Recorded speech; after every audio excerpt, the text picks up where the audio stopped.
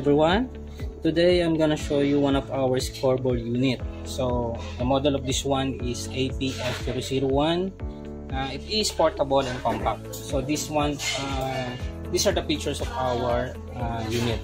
So included na po dito ang isang wireless controller. So ang range po dito is 30 meters distance sa open area. Okay. So ito po yung ating portable display. So 29 inches po yung width niya, and then 21 inches yung height, and then 3 inches po yung depth.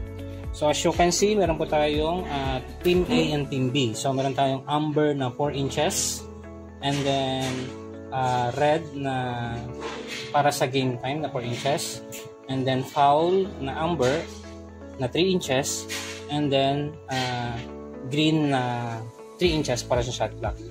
So meron din po tayong para sa period na display, and then possession.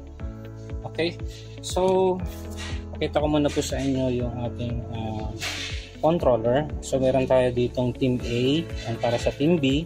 So each controller meron po tayong 1 point, 2 points, 3 points, and then score na minus. So minsan kasi nagkakamali ng pindot dito, so pwede po tayo mag minus. And then para po sa timeout na +1, and then minus, and then foul minus, foul +1, tsaka foul minus. So same po yan para sa Team B. So 1, 2, 3, and then minus na score, and then timeout plus minus, fouls plus minus, and then ito po para sa possession ng Team A, possession ng Team B. Okay, so ito naman po yung para sa game clock natin. So once na mag-start po yan, magka-count na po yung game time tsaka shot clock. So mamaya pakita ko po yung actual. So meron din po tayo dito para sa kung gusto nating stop yung shot clock. So meron tayong manual na start tsaka stop. Okay, so dito sa reset shot clock 1, so ito reset shot clock 1 at tsaka reset shot clock 2. So programmable po yan. So bali naka-save po dito is 24. So once na i-press po natin to, 24 reset yung shot clock. Ito naman is 14 reset yung shot clock. So auto horn, so once na auto po yung pinindot natin, 2 seconds ang duration. And then yung horn po na yellow is yung manual. Okay, so ito po, start natin yung para sa Team A. So plus, increment as 1, 2, 3, 4, 5. So pag pinaras natin yung 2 points, so increment as 2, 8, and then 10, 12. So pag pinaras natin yung 3 points, ito yan, so 3 points po yan. Okay, so pwede po na mag-minus kung magkamali. Okay, so ito naman po para sa Team B.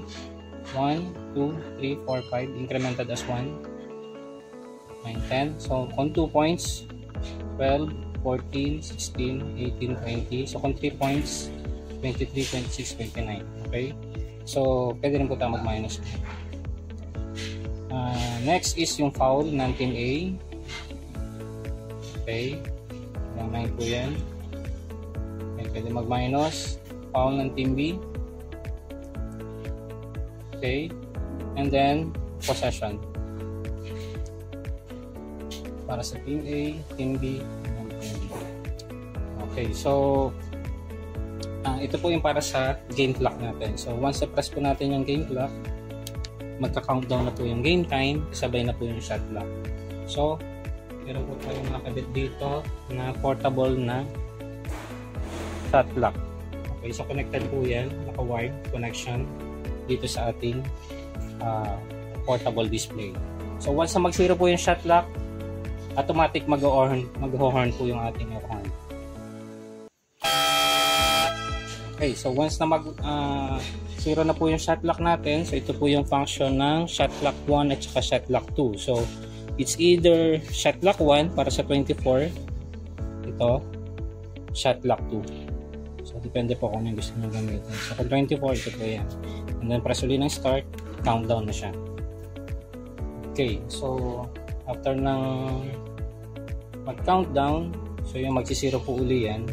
So yung trigger ng ating air horn, so yung una kanina yon, once na mag-zero yung shot clock, tutunog po yung air horn. So ganun din po yung sa game time. So once na mag-zero yung game time, tutunog din po yan. So manual minus ko muna po siya. So for example, meron tayong 5 seconds remaining. Okay, 5.7. So, start natin. So, auto horn din po yan. Okay, so ito po yung ating game clock. Okay, so next is yung manual ko muna to kasi nasa ko sa mo. So next quarter po tayo. So magre-reset yung foul pero yung score natin still. Okay? Next quarter. Yan. So reset yung time natin tsaka yung foul. Okay, so para diretso yung game. So, yung function ng display natin is pwede rin po siya sa volleyball. Okay, so ang gawin lang po natin dyan, pwede natin i-disable yung shot lock. So, ito po siya. Shot lock, disable. Pwede natin i-disable yung foul. And then, new game. Yan. So, pwede natin siyang gamitin sa volleyball. So, once I start yung game, score. Yan, score ng team. Pwede rin po siya sa period. Okay. So next, yan. So kung gusto nating ibalik siya sa basketball display, so enable lang ulit natin yung shot lock. And then yung foul, and then yung game. So ito na po yan. So yan. Yung controller, included na po dyan yung external power supply. And then ito rin po sa scoreboard. Display may sarili na siyang power supply. And then ito po pala yung mga scores natin, yung mga data na nakasave dyan na for example nawala ng power, so nakasave po yan. So lagyan natin ng data yung mga power. Okay, tapos for example period. Okay, so siya. So kung halimbawa mawala ng power, start natin. So nagka-countdown. So kung mawalan siya ng power, yan, nakasave po yan. Yan. So, may auto-save po yan. Pwede natin i-continue. Okay, so, yan. So, kung may question po kayo, don't hesitate to ask po. So, tawag lang po kayo sa namin. Thank you.